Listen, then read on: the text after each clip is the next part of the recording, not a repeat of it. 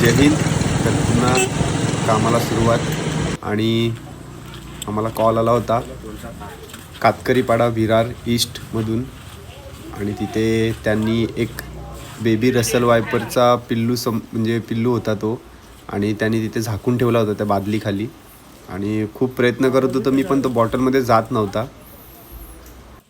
शेवटी मग मोठी बरणी मागितली आणि मग त्यामध्ये आम्ही त्याला टाकून घेतलं.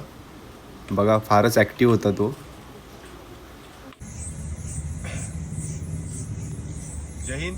तर आज आपण हा Russell viper, baby Russell viper घोणस जातीचा हा विषारी सर्प आपण रेस्क्यू केला होता.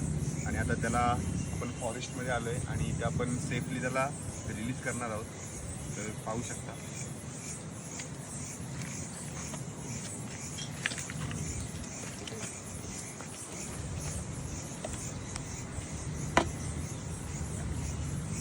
फारच ॲक्टिव्ह आणि ॲग्रेसिव्ह होता.